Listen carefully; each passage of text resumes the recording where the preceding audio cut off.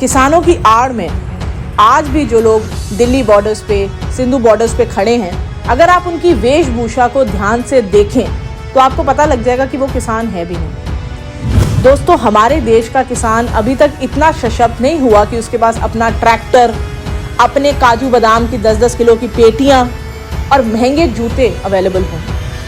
मेरे देश का किसान जिसकी आड़ में ये आंदोलन चल रहा है, वो आज भी खेतों में अनाज ही उगा रहा है। खालिस्तान के समर्थन में जो लोग खड़े हैं, जब पूरा पंजाब और स्पेशली पंजाब की यूथ जब ड्रग्स के हाथों बर्बाद होता है, तब उन्होंने कभी समर्थन नहीं करा उसको रोकने का।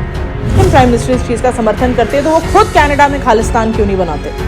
I think you should set an example by doing it.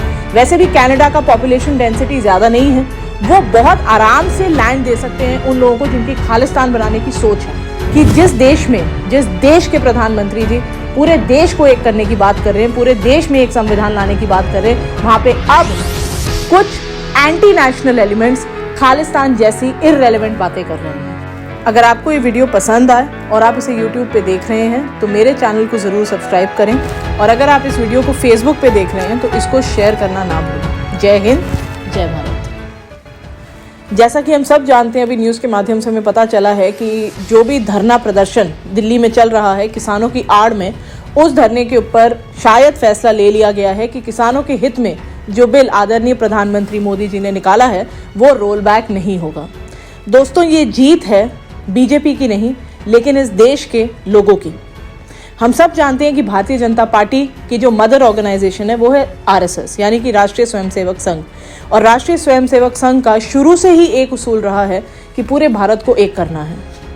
अगर ये मुहिम सिर्फ किसानों की होती तो शायद इसका समर्थन हम कर भी देते, लेकिन किसानों से शुरू होकर जिस तरीके के नारे इस मुहिम में लगे कि खालिस्तान चाहिए इंडिया के अंदर और खालिस्तान बनना चाहिए, ये बहुत ही सोचने का भी विषय है और चिंता का भी विषय है कि किसानों से किस तरह इसको खालिस्तान पे लाया गया। तो मुद्दा क्या था, किसानों का हित या खालिस्तान की मांग? और अगर खालिस्तान की मांग ही मुद्दा थी तो ये सोचने का मैटर है नेक्स्ट कि उसको फंड कौन कर रहा है, इसके पीछे कौन है।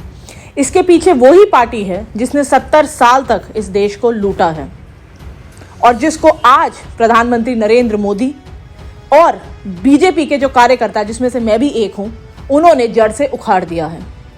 हैरानी की बात है कि बड़े बड़े किसान जो खुद उस शाही फैमिली से ताल्लुकात रखते हैं, वो कहीं नजर नहीं आए अभी तक इस प्रोटेस्ट में, लेकिन उनके भेजे हुए और उनके द्वारा फंड करे हुए लोग आपको आज भी तस्वीरों में नजर आ जाएंगे। एक बहुत ही अहम मुद्दा जो मैं आज आपके सामने लाना चाहती हूँ वो ये है कि जब थोड़े दिन पहले ही कैनेडियन प्राइम मिनिस्टर ने बोला कि वो खुद खालिस्तान का समर्थन करते हैं, तो उस समय पे मेरे दिमाग में एक बहुत ही रेलेवेंट क्वेश्चन आया कि अगर कैनेडियन प्राइम मिनिस्टर इस चीज़ का समर्थन करते तो वो खुद कनाडा में खालिस्तान क्यों नहीं बनाते? I think you should set an example by doing it. वैसे भी कनाडा का पॉपुलेशन डेंसिटी ज़्यादा नहीं है, वो बहुत आराम से लैंड दे सकते हैं उन लोगों को जिनकी खालिस्तान बनाने की सोच है। ये बहुत शर्म की बात है दोस्तों कि जिस देश के प्रधानमंत्री जी पूरे देश को एक करने की बात कर रहे हैं, पूरे देश में एक संविधान लाने की बात कर रहे हैं, वहाँ पे अब कुछ एंटी नेशनल एलिमेंट्स खालिस्तान जैसी इररेलेवेंट बातें कर रहे हैं। क्या होना चाहिए उस खालिस्तान में, या क्या नहीं है हमारे भारत में जो खालिस्तान में हो जाएगा? और दोस्तों, अगर आप में से भी कोई इस व्यू को सब्सक्राइब करता है कि खालिस्तान बनना चाहिए, तो एक चीज सोचिएगा कि जब हम खालिस्तान के लिए नारे लगाते हैं, जब हम किसानों की आड़ में एक और देश में से अंग निकालने की बात कर रहे हैं, तो खालिस्तान केवल भारत का नहीं, फिर पाकिस्तान वाले पंजाब को भी साथ जोड़ना चाहिए। शायद तब सही मायने में खालिस्तान बनेगा।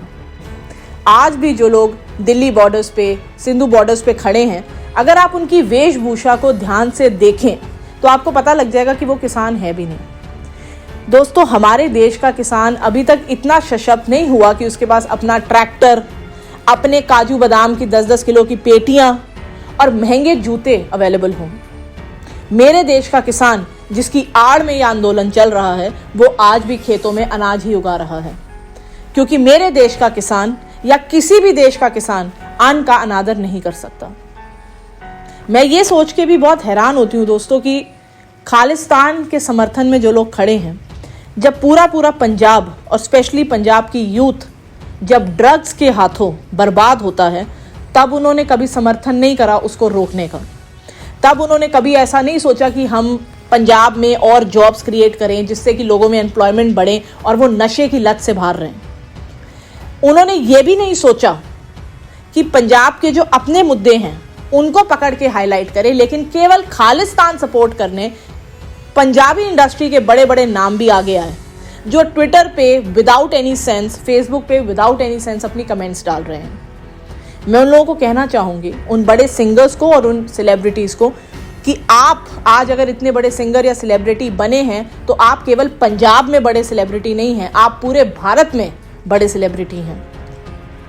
इसी के साथ दोस्तों मैं आपका ध्यान फिर इस तरफ लाना चाहूँगी कि किसान आज भी खेत में है और ये बहरूपिये और उनके नाम पे राजनीति करने वाले लोग दिल्ली बॉर्डर और दूसरी जगहों पे काजू बादाम की पेटियों के साथ आपको खड़े मिल जाएंगे।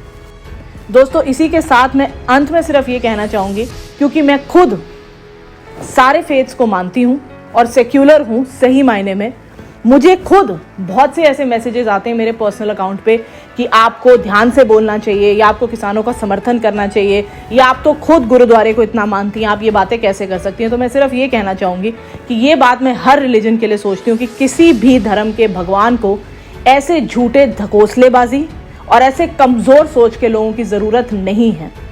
हमें हमारा धर्म अच्छा इंसान बनने की सिखाता है और ना ही लड़ाई करके अलग होने की। दोस्तों हमारे देश में शुरू से ही संयुक्त परिवार की सोच रही है, यानी कि जॉइंट फैमिली। तो कैसा लगेगा एक माँ को अगर उसके तीनों बेटे अलग अलग होकर रहना चाहे? वैसा ही लगता है मेरे देश के प्रधानमंत्री को जब हम ये खालिस्तान, नॉर्थ ईस्ट अलग करो, उत्तराखंड अलग करो, इस तरीके की बातें करते हैं। तो इस वीडियो को आप आगे शेयर करें और मेरी कही हुई बातों पे ज़रूर ध्यान दें कि जो कैनेडियन प्राइम मिनिस्टर आज खालिस्तान के सपोर्ट में खड़े हो रहे हैं, उन्हें खुद पहले कनाडा में एज अ डिमॉन्स्ट्रेशन खालिस्तान बनाना चाहिए। जय हिंद, जय भारत।